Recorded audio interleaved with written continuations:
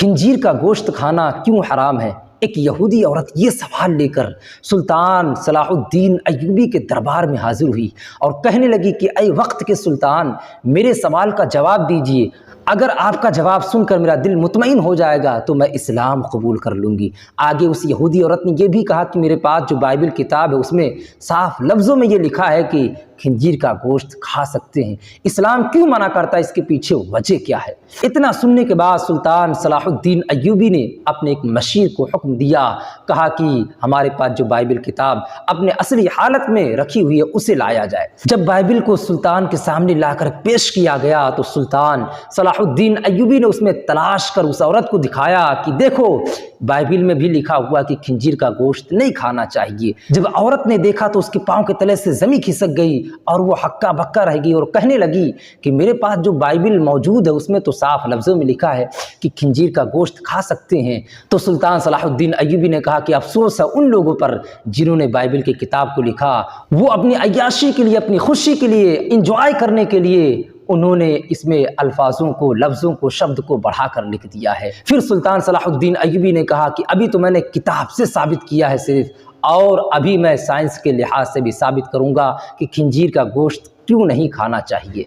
सुल्तान ने उस औरत को हुक्म दिया कि तुम अपने घर पे जाओ, कल सुबह खंजीर का गोश्त बनाकर मेरे दरबार में लाना।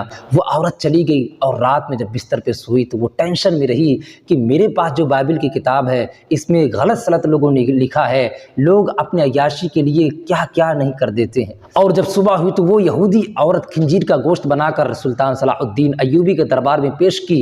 सुल्तान सलाहुद्दीन अय्यूबी ने जब खंजीर के गोश्त को देखा तो कहा कि अब गोश्त को 2 हिस्सों में तकसीम किया जाए। जब गोश्त को 2 हिस्सों में तकसीम किया गया, आधा आधा किया गया, तो बीच में गोश्त कच्चा था। सुल्तान ने कहा कि क्या तुम सही तरीके से गोश्त पका कर नहीं लेके आई हो, तुम कच्चा गोश्त बना के लेके आ गई हो।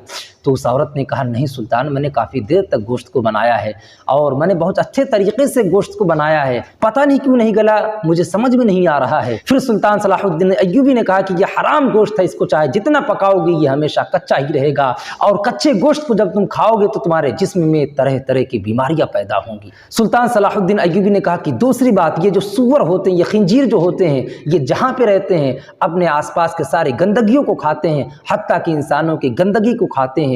इनकी गंदगी जो खुराक है। सुल्तान सलाहुद्दीन अय्यूबी ने कहा कि तीसरी बात, सूअर की मादा जब किसी से जिस्मी ताल्लुक़ बनाती है तो वो खड़ा होकर पास में देखता है और हंसता है, फ़ख्र महसूस करता है। ये उनके अंदर एक बुरी खसलत है। यही वजह है कि जो सूअर का गोश्त खाते हैं, इस्तेमाल करते हैं, वो अपनी बीवियों को दूसरे के हवाले कर देते हैं और फ़ख्र महसूस करते हैं, उन्हें बुरा भी नहीं लगता है। सुल्तान सलाहुद्दीन अय्यूबी ने कहा कि इन्हीं सब बातों की वजह से इस्लाम ने सूअर के गोश्त को खाने से मना फरमाया है। जब इन बातों को उस यहूदी औरत ने सुना तो उसकी आंखों से आंसू निकलने लगे और वो सुल्तान के कदमों में गिर गई और कहने लगी कि अब देर ना कीजिए, मुझे भी कलमा पढ़ाकर इस्लाम में दाखिल कर लीजिए। इस्लाम जैसा मजहब कोई दूसरा तो लाओ, ये मेरे मुस्तफ़ा का फरमान बोलता है।